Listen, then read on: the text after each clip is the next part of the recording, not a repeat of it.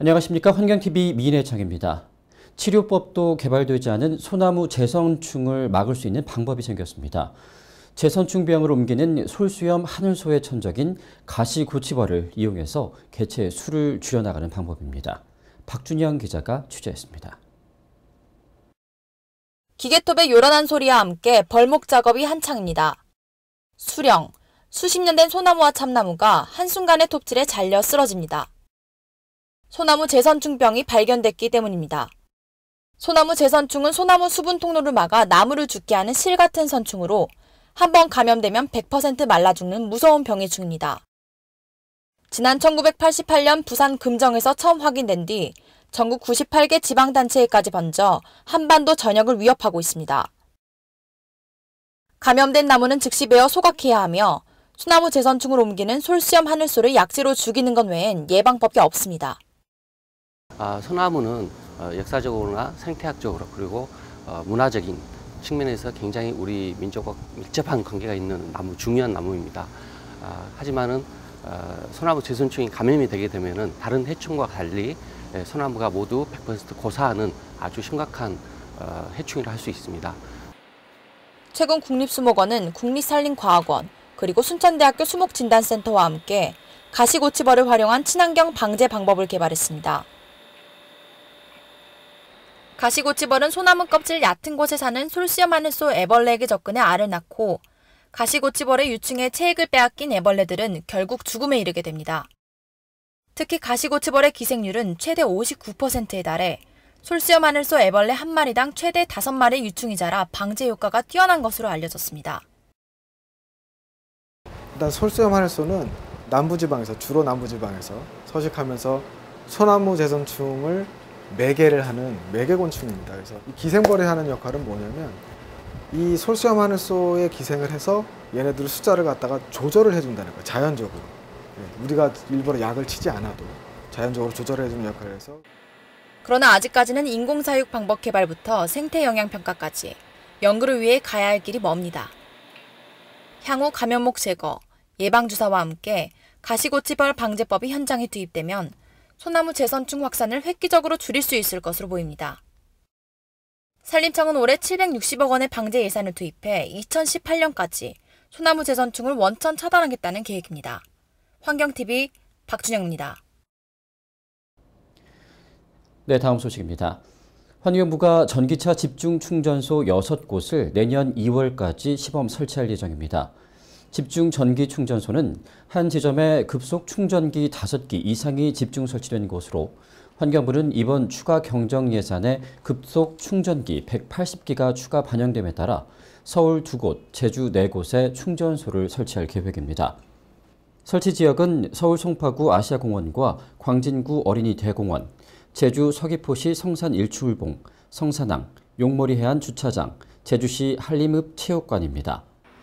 환경부는 이번 집중 전기 충전소 운영 성과를 토대로 내년부터 부산 등 다른 대도시로 설치 지점을 확대할 계획으로 전국 157곳에 최소 1기 이상의 급속 충전기가 보급될 예정입니다.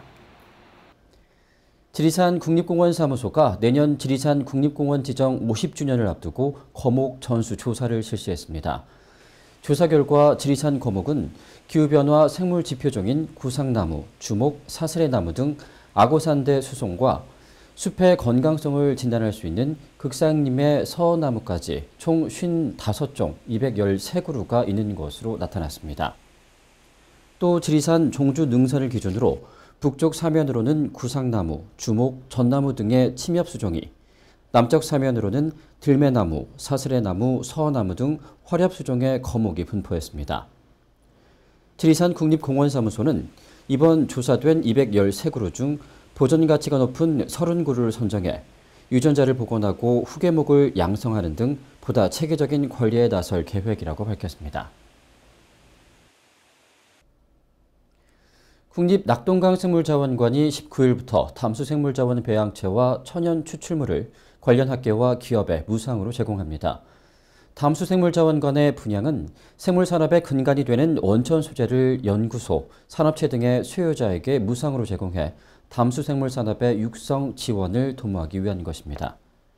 분양되는 생물자원은 생물산업의 원천 소재로 활용성이 높은 담수조류 35세포주, 원핵생물 300세포주, 수변 식물유래 천연 추출물 70종 등입니다. 생물자원 무료 분양 서비스는 국립낙동강 생물자원관 누리집에서 원하는 생물자원을 검색한 후 분양 신청을 하면 절차를 거쳐 분양받을 수 있습니다. 말벌은 노란색 등 밝은 색보다 검은색에 대해 공격성이 더 강한 것으로 확인됐습니다.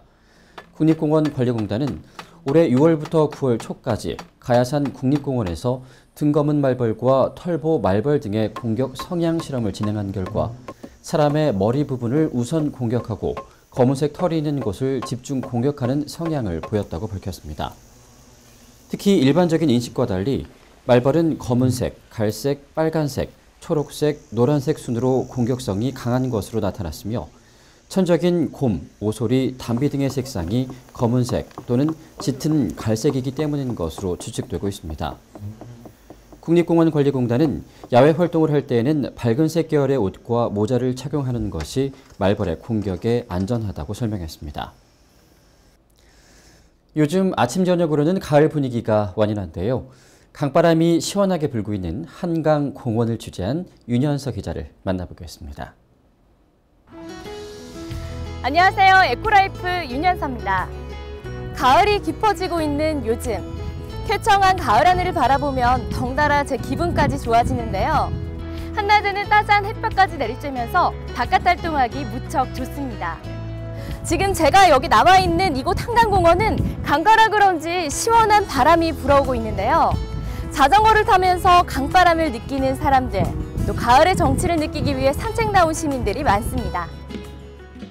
오늘 여기 한강공원 되게 오랜만에 왔는데 날씨도 딱 좋고 사람도 많고 이렇게 구경할 거리도 많아서 참 좋은 것 같아요.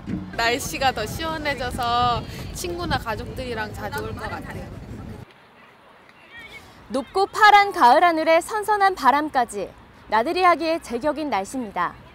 적당한 일광욕은 건강에 도움이 된다고 하니까요. 점심 식사 후 가을 날씨를 만끽하며 산책을 즐기는 것도 좋을 것 같습니다. 이제 절기상 추분이 다가오고 있습니다. 추분이 지나고 나면 밤의 길이가 점차 길어지기 때문에 가을이 왔음을 실감하게 되는데요. 이렇게 여름에서 가을로 넘어가는 환절기에는 몸의 면역력이 떨어져 감기에 걸리기 쉽습니다. 이럴 때는 꾸준한 운동과 더불어 몸에 좋은 제철 음식을 섭취하는 것이 좋습니다. 지금까지 여의도 한강공원에서 에코라이프 윤현서였습니다. 위클리 포커스입니다. 국립환경과학원은 천리안 위성 2호기 활용 방안을 논의하기 위해 9일 국회 정부 공동으로 전문가 토론회를 개최했습니다. 조경규 환경부 장관은 9일 한국환경산업기술원 내 가습기 살균제 피해 지원센터를 방문해 피해자 입장에서 보다 나은 서비스가 무엇인지를 고민하고 실천해 줄 것을 당부했습니다. 환경부는 추석 명절을 맞아 조경규 환경부 장관, 김재욱 한국기후환경네트워크 상임대표 등과 함께 13일 서울 용산역 3층 마지방에서 친환경 추석 명절 보내기 캠페인을 펼쳤습니다. 기상청은 날씨, 생활의 가치를 더하다라는 주제로 기상기후 빅데이터 활용을 위한 2016 날씨 빅데이터 콘테스트 수상작을 12일 발표했습니다. 이제 우리나라도 지진으로부터 더 이상 안전하지 않다는 사실을 확인했습니다. 원전이 멈춰서는 급박한 상황까지 몰리게 됐는데요. 심심하면 고장나는 원전. 과연 우리나라에서 6.0 이상의 지진이 발생하면 어떻게 될까요? 환경TV 민혜창 여기서 마칩니다. 고맙습니다.